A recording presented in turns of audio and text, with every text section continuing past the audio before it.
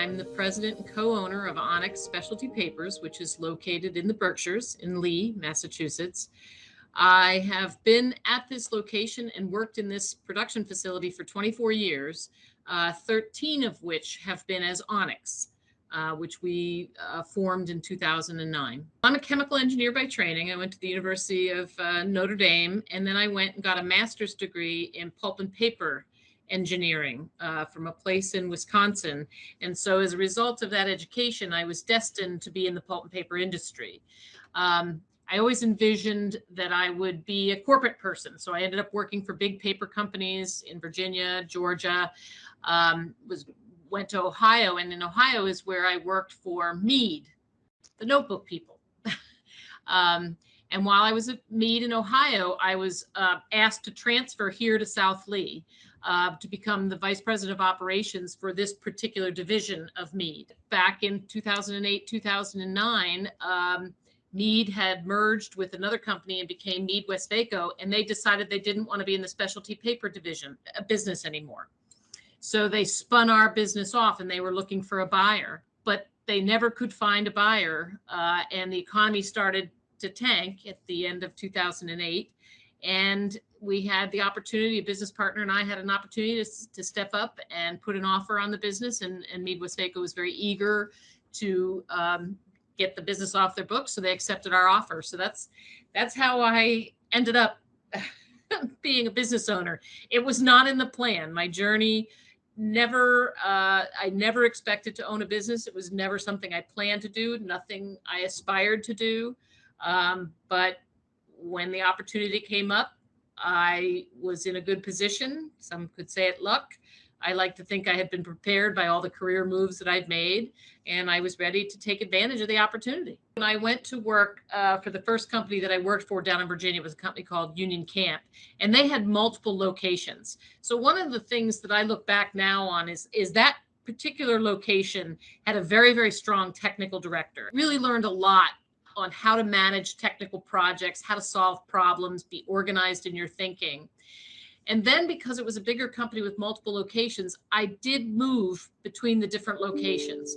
So I was willing to relocate my family, which has its own challenges, obviously, but I was willing to move around to get some new opportunities. So I moved from being an engineer to managing engineers. And then when I got to the location in Savannah, Georgia, where I was my first group leader position, I then was willing to move laterally into other group leader positions to learn other technical areas. I was given the opportunity to start a new business development group. So I built that group up from scratch, and I'd really not had much experience in product development.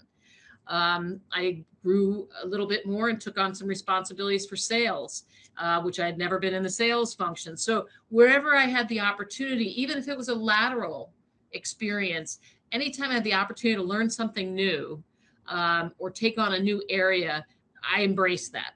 One of the most important things that I tell young engineers that we hire here is don't be so stuck with a plan. You know, I'm going to be doing this by this age. I'm going to be doing this by this age. I need to go have this title, because that will, you'll put blinders on to the opportunities that emerge that don't look like what you had planned. It's like rolling a carpet out.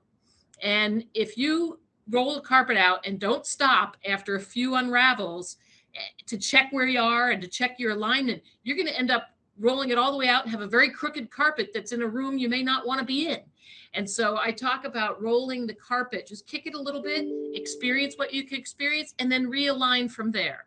So I see a lot of young people coming out of school that are chasing a title, and that's not really what you need to be chasing. What you need to be chasing is experiences, things that grow your experience and expand your capabilities. Even though I was always, in a minority, being a woman, I really didn't focus on that. I didn't focus on whether that was an advantage or a disadvantage. I think actually any time that you do something that allows you to stand out, whether it's an achievement, something that you've accomplished, that's how I want to stand out more, not by just my gender, something that just happened randomly at birth. I never look back and think, oh boy, that probably wouldn't have happened if I hadn't been a woman, or I was cut out of an opportunity because I was a woman. I just don't think like that. I think about, this is what happened. How do I, if I don't want that to happen again, how do I make sure it won't happen again? What do I do? How do I grow myself? How do I develop myself so that I won't be in that position again? I'm actually the mother of 3 sons. So, here in a lot of ways, I have stood out, and now I have these young men who I want them to be given every opportunity and not be judged just based on their gender or their color or anything. It's based on what you're capable of doing. So it's kind of, it's two sides to the same issue. So it's always given me a very interesting perspective. The next company that I own will only have 1 employee, me. So I'm actually glad that's not something I knew at the beginning, because maybe if I had known how challenging it is to manage, to be responsible for everybody in an organization from top to bottom, and trying to manage that in a way that keeps us all moving forward and doing the right things, that can be very trying day to day. I sometimes feel that being a business owner in Massachusetts is a bad thing, that you're evil. That you must always be doing things for the worst possible reason. So we're putting all these rules in place, to force things to happen. And that actually makes me very sad, because in my heart of hearts, I know every day and every action that I take, my business partner and I think about what the impact of what we're doing is on the 155 people that work here, on the 100+ customers that we have and who rely on us to deliver them a high quality product consistently when they need it, and what my community needs. And my community out here in the Berkshires is very different than the community in Boston. When I first joined this business 24 years ago, we basically were in 2 large markets, automotive and decorative laminates. And over the course of the 24 years, I helped to build a new business development process that has allowed us to diversify our portfolio of business, so that now we have 20+% of our revenue that's coming from markets that did those outside of those 2 basic markets. And that process is continuing to help us to grow and diversify the portfolio of the business.